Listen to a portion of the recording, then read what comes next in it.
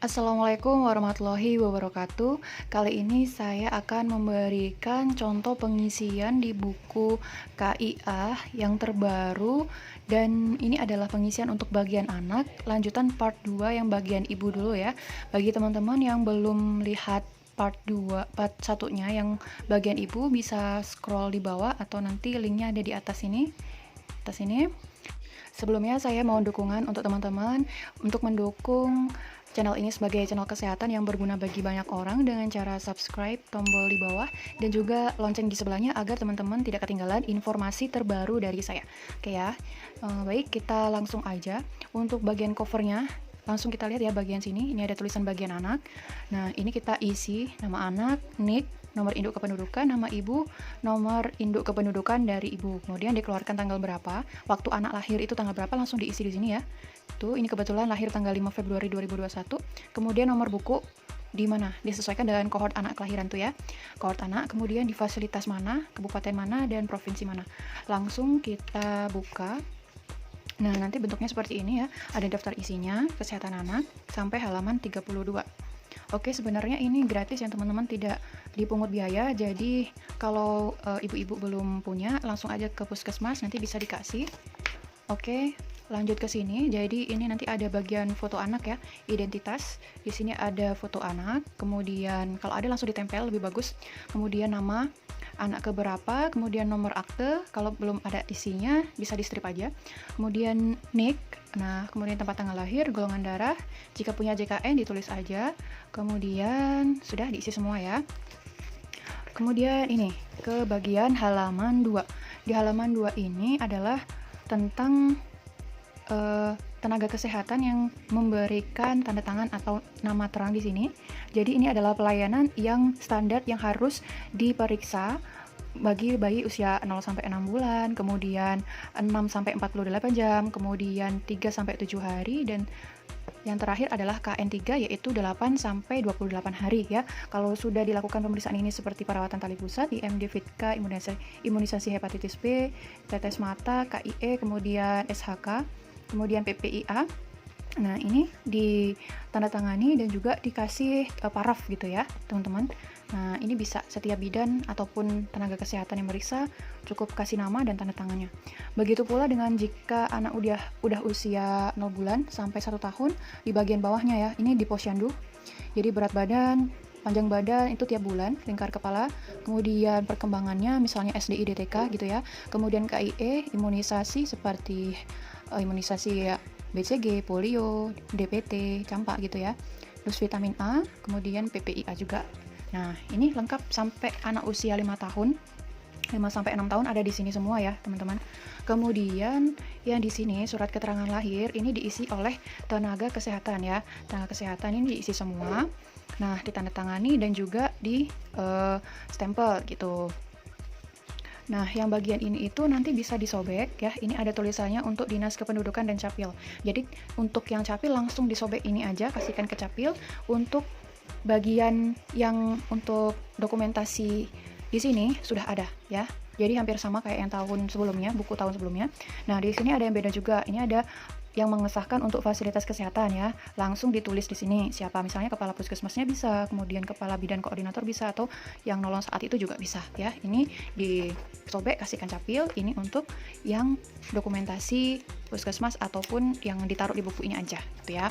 Nah, ini ada cap kakinya, cap kaki bayi, kemudian ini adalah riwayat kelahirannya, kehamilan keberapa, kemudian tanggal lahir, persalinannya spontan ataupun dengan dokter ataupun dengan tindakan kayak gitu ya, dicentang-centang gitu. Ini cap kaki bayi. Kemudian ini adalah pelayanan kesehatan neonatus usia 0 sampai 28 hari ya. Jadi ini untuk 0 sampai 6. Kemudian ini baru lahir, kemudian KN1, KN2, dan KN3. KN ini adalah kunjungan neonatal ya. Jadi kunjungan neonatal pertama itu 6 sampai 48 jam, kunjungan neonatal kedua 3 sampai 7 hari, kunjungan neonatal yang ketiga adalah 8 sampai 28 hari ya. Di sini ada semua standarnya yang harus dilakukan di setiap kunjungan, itu harus ngapain aja. Kalau sudah dicentang, kemudian kalau ditemukan ada masalah, ditulis masalahnya apa. Misalnya kalau seandainya perawatan tali pusat gitu ya, tali pusatnya itu masih berdarah atau bernanah, infeksi, tulis aja. ya. Kalau ada tata laksana rujukan, dirujuk ke mana, dan nama petugas yang memeriksa ditulis ya. Kemudian ini adalah catatan penting, dia maksudnya harus AS eksklusif ataupun baca buku KIA itu ya, bisa ditulis di sini. Kemudian untuk tanda-tanda kuning nih, ikhterus. Nah, ini ada ya, ikhterus derajat 1, 2, 3, 4, 5 ya. Nah, ini. Kemudian nah, di sini ini adalah pelayanan imunisasi. Pelayanan imunisasi ini yang terbaru ya. Jadi kalau yang dulu itu kan nggak ada tulisannya nomornya badge ya. Nomor badge itu ada yang di bagian di botol. Nah, itu ada tulisannya nomor badge. Nah, itu ditulis di sini. Ya, setiap vaksin itu beda-beda nomornya. Jadi bisa dicek misalnya kalau ada terjadi kejadian luar biasa kayak gitu ataupun KPI pasca imunisasi, kejadian pasca imunisasi, nah itu bisa dicek dari nomor batch-nya gitu. Ini untuk hepatitis dari 0 bulan kurang dari 24 jam ya, kemudian BCG, polio ditulis di sini semua. Kalau tanda putih ini adalah waktu yang tepat ya. Kalau yang warna abu-abu ini udah tidak diperbolehkan ya. Kemudian kalau warna kuning ini masih ada toleransinya, bisa rentang, jadi BCG itu bisa sampai usia 9 bulan. Kalau dulu kan sampai 12 bulan ya gitu. Kalau sekarang sampai 9 bulan udah misalnya kalau dia datang kemudian belum sempat di BCG, nah ini ada rentangnya sampai usia 9 bulan. Kemudian DPT juga sampai sebelum usia 1 tahun. Nah, kalau campak ini usia 9 bulan ya. Nah, kemudian kalau merah ini waktu pemberian imunisasi bagi anak di usia 1 tahun yang belum lengkap. Jadi misalnya kalau dia datang usianya udah 1 tahun tapi dia belum BCG, bisa ya. Kemudian kalau belum DPT gitu, bisa ya. Gitu. Kalau yang merah abu-abu ini yang tidak diperbolehkan, udah nggak ada manfaatnya kalau meskipun diberikan. Misalnya dia datang usia 2 tahun mau BCG, ya nggak boleh gitu ya, udah nggak ada manfaatnya gitu. Kemudian ini kelanjutannya ya, ini kalau anak usia setahun 2 tahun kayak gitu ya. Nah, pemberian imunisasi tambahan. Kemudian yang di sini untuk pelayanan SDI DTK. Nah, ini udah ada keterangannya semua ya, kalau misalnya dia usia 29 hari sampai 3 bulan, nah nanti ada lembar KPSP kuesionernya, itu nanti diujikan ke anaknya ya. Kalau seandainya dia bisa melewati semua tahapan, nah misalnya 3 bulan nih, bisa melewati semua tahapan, itu ditulis lengkap ya. Kemudian kalau seandainya tidak lengkap, misalnya ada meragukan kayak gitu, nanti ditulis di bagian yang sini ya, di sini deteksi dini penyimpangan. Nah, di S ini namanya sesuai. Kalau DM ini meragukan, kalau P ini penyimpangan. Jadi deteksi sesuai, deteksi meragukan, deteksi penyimpangan ya. Nah, kalau sesuai itu nanti bisa dites atau stimulasi di rumah. Kalau DM itu meragukan nanti dites 2 minggu lagi. Kalau P ini meragukan yang harus P ini penyimpangan yang harus dirujuk gitu ya. Bisa ke puskesmas, bisa ke rumah sakit gitu. Nah, ini setiap 3 bulannya ya. Nah, kalau usia di bawah 12 bulan itu 3, 6, 9. Kalau di atas setahun 12, 15, 18 kayak gitu ya. Jadi tiap 3 bulanan gitu, ada yang sampai tiap 6 bulan ke atas gitu. Kalau usia di atas 2 tahun, dia pemeriksaan untuk SDI DTK itu setiap 6 bulan. Untuk deteksi dini penyimpangan pertumbuhan, ini yang dilakukan penimbangan tiap bulannya itu ya. Jadi BB per U, berat badan per umur, SK itu maksudnya sangat kurang, K kurang, N itu normal. Kalau seandainya dia normal, ya tulis N gitu ya. Kalau sangat kurang berarti SK. Ini BB per TB, berat badan per tinggi badan. GB itu adalah gizi buruk, GK gizi kurang, GN gizi normal. Kemudian O itu adalah obesitas gitu ya. Kemudian kalau GI itu gizi menuju ke obesitas gitu ya. Kemudian TB per U ini adalah tinggi badan per umur, jadi SP ini sangat pendek, P pendek, TN itu normal, TI itu tinggi ya. Kalau dia normal tulis aja TN. Kemudian LK per U ini adalah lingkar kepala per umur, MI ini adalah mikrosepalus, N itu normal, MA itu makrosepalus atau sangat besar. Kalau M ini mikrosepalus, dia itu kecil ya. Nah, kemudian kalau untuk SDI DTK yang KPSP, dia ini sudah saya jelaskan tadi ya. DS itu normal, kemudian DM itu menyimpang, DP itu adalah penyimpangan. Kemudian TDD ini adalah untuk pendengaran ya. Tes daya dengar, N itu normal, R itu tidak normal gitu ya. Ada nanti di pedoman KPSP atau pedoman SDI DTK itu ada semuanya jelas nanti. Jadi tenaga kesehatan itu dia melihat pedomannya di situ. Nah, ini untuk yang penyimpangan perilaku emosional. Kalau TDL ini tes daya lihat ya. Dia dimulai usia 36 bulan atau 3 tahun. Kemudian untuk penyimpangan ini, kalau dicurigai dia menyimpang gitu ya, dia bisa dites ini MCAT ya. Dia mulai usia 18 bulan, jadi 1,5 tahun gitu ya.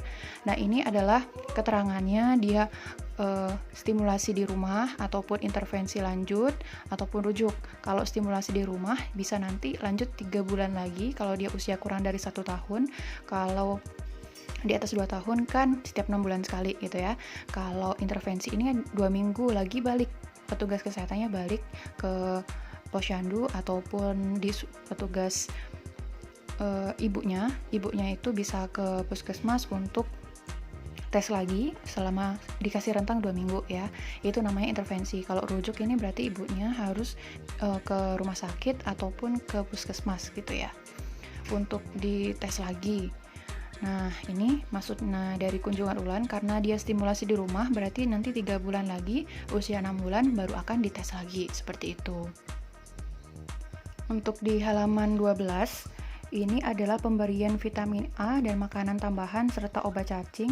Nah, di sini diisi oleh tenaga kesehatan ya. Jadi nasihatnya kepada ibu bayi atau balita itu apa aja. Jadi kalau misalnya 0 sampai 6 bulan itu kan ASI eksklusif dan IMD ya, ditulis tanggalnya. Kemudian misal kalau usia 6 sampai 11 bulan itu misalnya MPASI gitu ya, ditulis tanggalnya juga. Kalau dia diberi vitamin A, misalnya 6 bulan sampai 11 bulan, tanggal berapa, ini diisi cuma tanggalnya aja ya. Gitu. Kemudian kita lanjut ke KMS. Kalau dia adalah anak perempuan, berarti pengisian KMS-nya itu di KMS yang berwarna pink. Berbeda kalau yang laki-laki dia yang berwarna biru. Nah, sebenarnya kalau dia misalnya anak perempuan gitu ya, nah dia kan mengisinya cuma di pink. Jadi yang warna biru ini disobek aja. Ya, jadi kan yang biru ini kan tidak digunakan, jadi bisa disobek. Karena satu buku ini adalah untuk satu bayi atau balita. Jadi kalau dia perempuan ya yang laki-laki disobek, kalau dia laki-laki, anaknya laki-laki, yang perempuan disobek gitu. Jadi biar memudahkan tenaga kesehatan ataupun kader untuk mengisinya. Nah, untuk KMS-nya ini jadi kalau ini, nah ini sangat panjang ya, segini. Nah, KMS-nya ini mungkin sudah pada tahu ya. Jadi untuk bulan berapa dia lahir, nah seperti ini. Dia ini pas lahir ya, pas lahir itu tanggal 5 bulan 2 nih, langsung diisi di sini ya. Tiap garis ini adalah 1 cm. Jadi dihitung aja, kalau 2,8 berarti kan 2 di sini.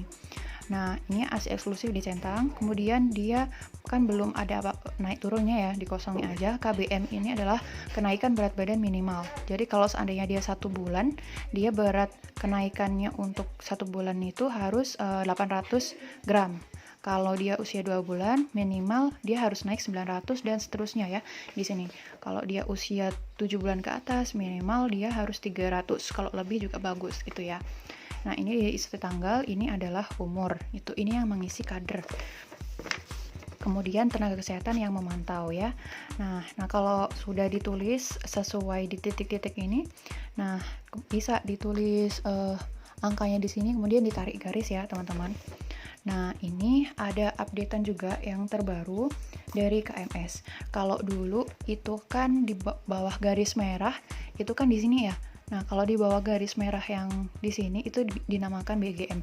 Kalau yang sekarang, updatean sekarang itu, deteksi dini BGM itu ada menjadi naik 1 garis di atasnya. Jadi kalau sudah di garis yang ini, nah ini kan warnanya merah.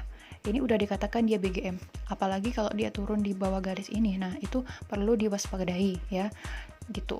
Kemudian yang kedua, updatean yang kedua, yaitu penambahan deteksi dini resiko gemuk, itu garis oranye di atasnya median. Jadi median itu yang warna hijau ini. Nah, median itu yang warnanya hijau. Jadi kalau dia udah di warna oranye ini, dia udah dikatakan atau dikategorikan menjadi resiko untuk gemuk gitu ya. Kemudian ini sudah, semoga paham. Untuk grafik berat badan menurut umur ini diisi oleh tenaga kesehatan. Ini berfungsi untuk mengetahui apakah berat badan anak itu udah sesuai dengan usianya gitu ya. Untuk yang garis di atas nih, yang horizontal, ini adalah grafik berat badannya, sedangkan yang vertikal di arah sini ini untuk usianya dia. Jadi kalau misalnya dia usia 0 bulan, dia beratnya 2,8, jadi diisi di sini. Kalau dia usianya 2 bulan, kemudian beratnya berapa? Misalnya 4,2, ya diisi di sini gitu ya. Jadi seterusnya. Kemudian kalau dia di grafik yang warna hijau ini dia normal atau ideal. Jadi normal itu kisaran plus 2 SD sampai min 2 SD ini normal ya. Kalau seandainya dia di atas min 2 sampai di atas 3 ini resiko berat badan lebih. Kalau di min 2 SD ke bawah itu berat badannya kurang. Kalau kurang dari 3 SD ini berat badannya sangat kurang gitu ya. Di halaman selanjutnya ada grafik panjang badan per tinggi badan menurut umur anak ya. Ini saya bahas yang perempuan ya. Yang laki-laki itu menyesuaikan juga, sama kok intinya.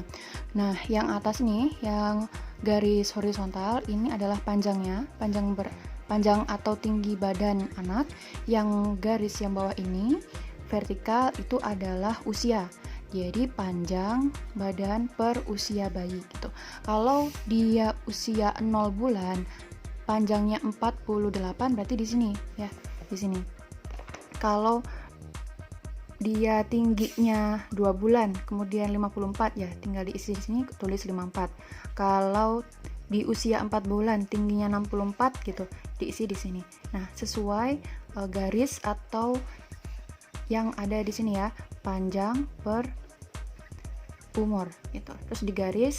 Nah, kalau seandainya dia yang menurut garis yang normal itu adalah dari plus 3 sampai min 2. Ini normal ya. Kalau garisnya di antara sini. Kalau min 2 sampai min 3 ya, jadi dia di sekitaran sini. Min 2 aja dia udah dianggap pendek atau stunting. Kalau di bawah min 3 SD itu sangat pendek atau severe stunting gitu ya. Jadi kita harus waspada nih, kalau udah menuju min 2, garis yang merah ini dia kecenderung ke stunting gitu. Kalau di atas min 3, di atas plus 3, di atas 3 sini dia tuh tinggi anaknya. Selanjutnya grafik berat badan menurut panjang badan atau BB per TB ya. Sama halnya kayak yang tadi. Jadi berat badan yang di sebelah sini, kemudian tingginya atau panjangnya yang garis vertikal gitu ya. Jika usianya misalnya 0 sampai 5 tahun gitu ya, dia tingginya berapa nih? Dia berat badannya 2,8, kemudian tingginya dia 48. Jadi diisi aja di sini di titik-titik ya. Udah, kemudian nah ini keterangannya. Kalau dia garisnya di antara plus 1 sampai min 2, ini adalah gizi baik ya. Kalau di atas plus 1 sampai plus 2, ini resiko gizi lebih. Plus 2 sampai 3 ini gizi lebih, dan di atas plus 3 ini adalah obesitas. Kalau min 2 sampai min 3 ini adalah gizi kurang dari min 3 ini adalah gizi buruk. Kemudian grafik lingkar kepala menurut usianya ya. Jadi yang di horizontal ini adalah lingkar kepalanya ukuran berapa, yang garis vertikal ini adalah usianya. Kalau dia usia 0 bulan, dia lingkar kepalanya berapa? Misal 32,5. Jadi diisi di sini ya. Kemudian usia 2 bulan dia berapa? 37 misalnya, ya diisi di sini sampai dia tiap bulannya dihitung ya. Ini berfungsi untuk mengukur apakah dia hidrosepalus atau tidak ya. Jadi untuk mengukur perkembangan otaknya atau perkembangan dari kepalanya dia. Kalau misalnya dia ada di garis 2 sampai min 2, ini adalah normal. Kalau sudah di bawah min 2, nah ini adalah mikrosepali. Kalau di atas plus 2 ke atas itu makrosefali. Makrosefali itu adalah kepala besar, kalau mikrosefali ini adalah kepala kecil ya. Untuk halaman selanjutnya ada grafik indeks massa tubuh menurut umur ya. Ini untuk yang 5 tahun sampai 6 tahun. Ini untuk anak laki-laki dan ini untuk anak perempuan. Nah, ini seperti yang tadi ya, yang di sini garis IMT horizontal, yang vertikal adalah garis umur. Tinggal nyocokin aja. Kalau IMT-nya berapa, kemudian umurnya berapa. IMT itu rumusnya berat badan per tinggi badan kuadrat dalam sentimeter ya.